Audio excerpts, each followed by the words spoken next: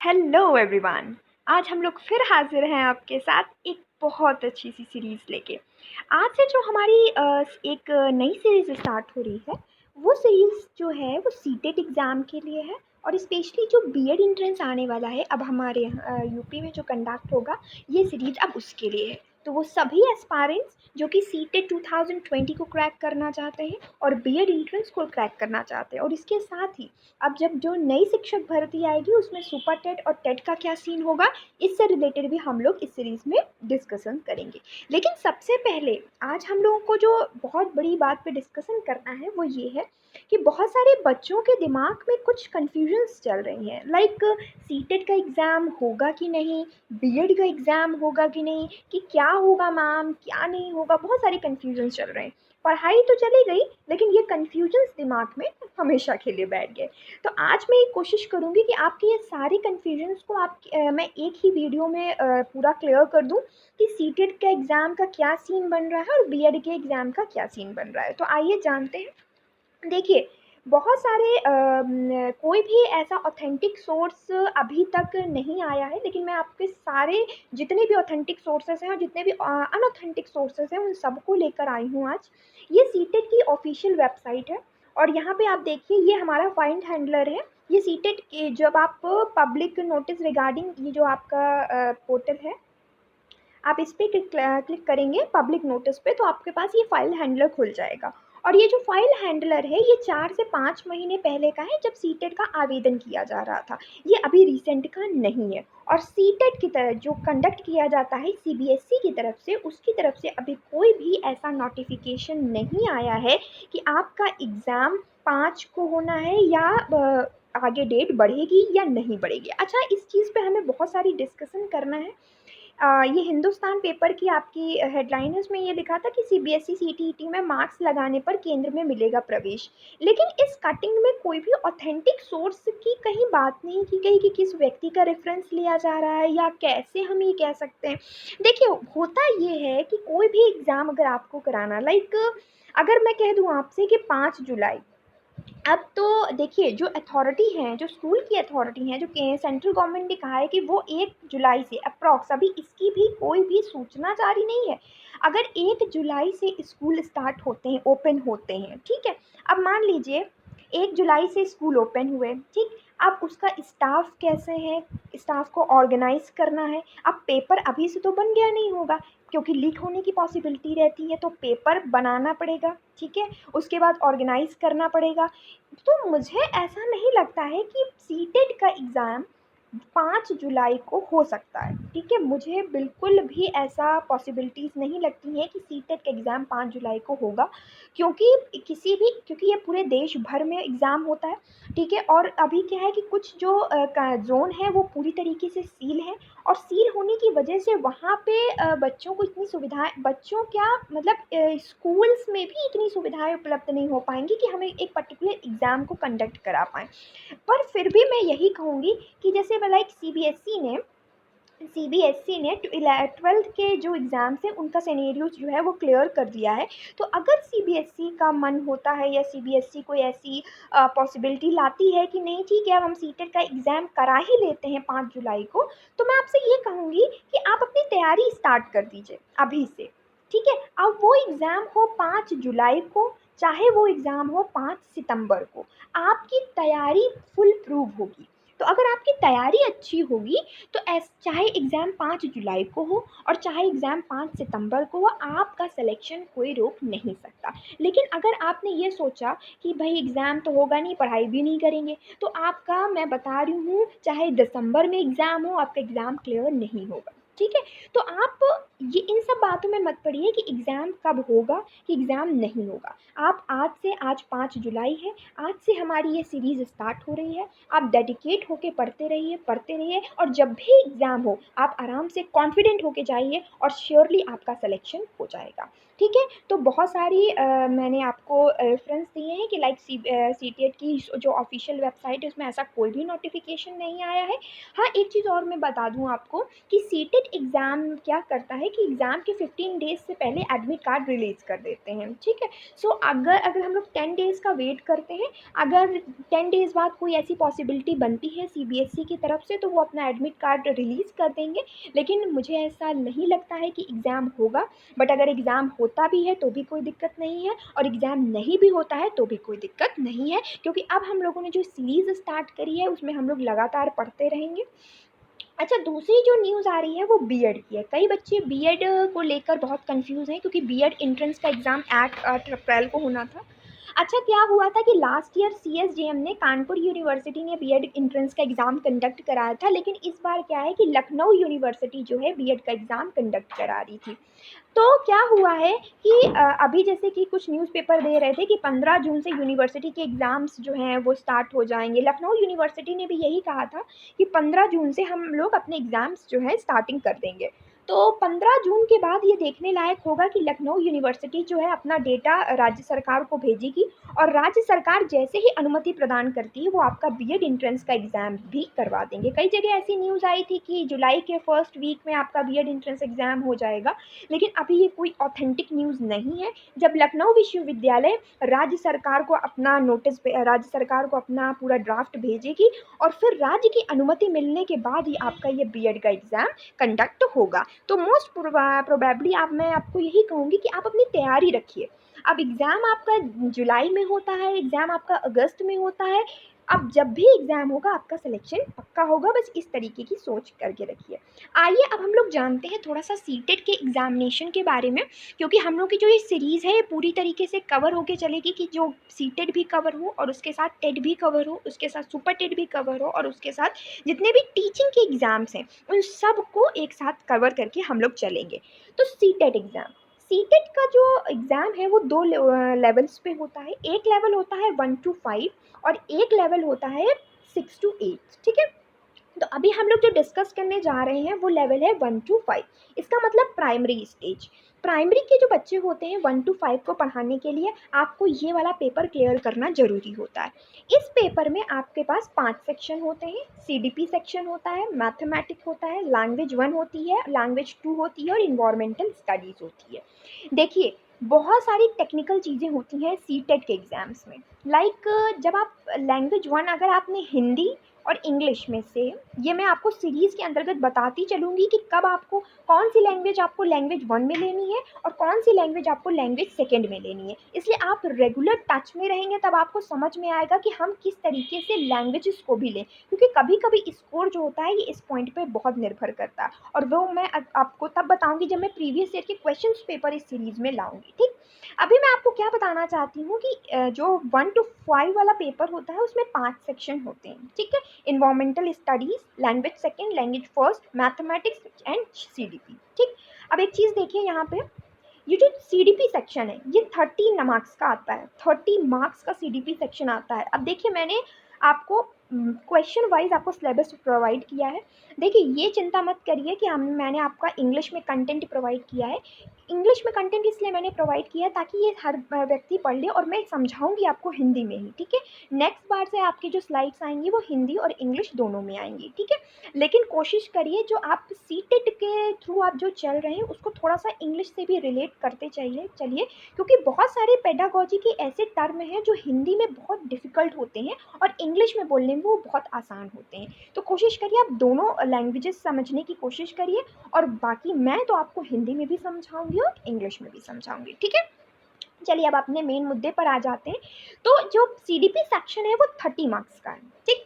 उसमें से 15 क्वेश्चन किसके आएंगे? चाइल्ड डेवलपमेंट, मतलब बच्चे का विकास कैसे होता है, ठीक है? अब ये प्राइमरी में जब बच्चा जाएगा तो उसका विकास कैसे कैसे हो रहा है, हम लोग इस सब के बारे में पढ़ेंगे। और ये जो जितने भी कॉन्सेप्ट है, कॉन्सेप्ट ऑफ डेवलपमेंट,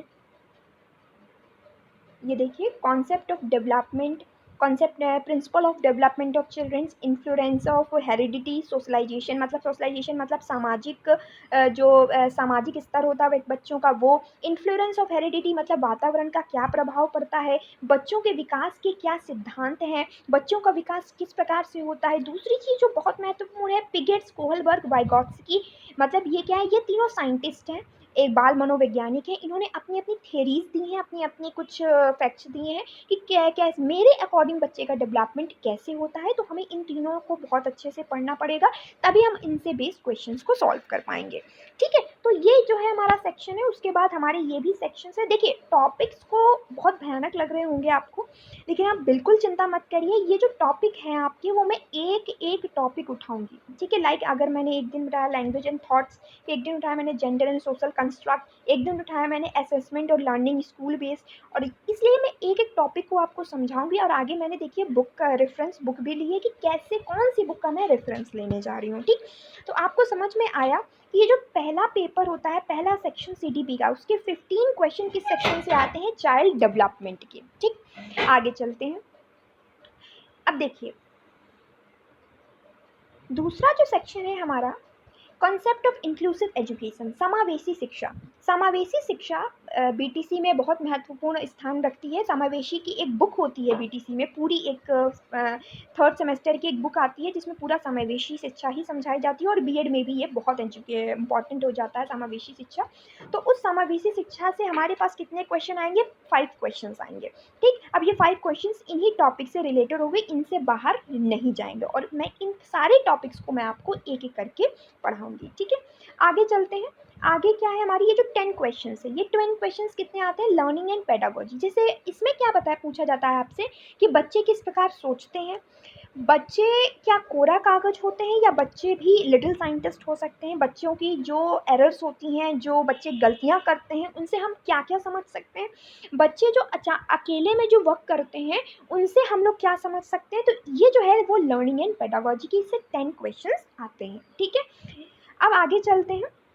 आगे क्या है हमारे पास कि हाँ, अब ये तो हो गया सीडीपी सेक्शन, जिसके आपको मैंने बता दिया 30 मार्क्स किस तरह से डिवाइड होते हैं, वो 5 मार्क्स बीच में 10-10 उसके। अब नेक्स्ट आता है लैंग्वेज। देखिए मैंने आपको बताया था कि 2 तरह लैंग्वेज आपको चुननी होती है, एक हिंदी और एक इंग्लिश। ठीक, हर एक लैंग्वेज में 15 नंबर की पेडागोजी आती है और 15 नंबर के क्वेश्चंस आते हैं। लाइक जैसे मान लीजिए ये है लैंग्वेज 1, आपने लैंग्वेज 1 में इंग्लिश चुना।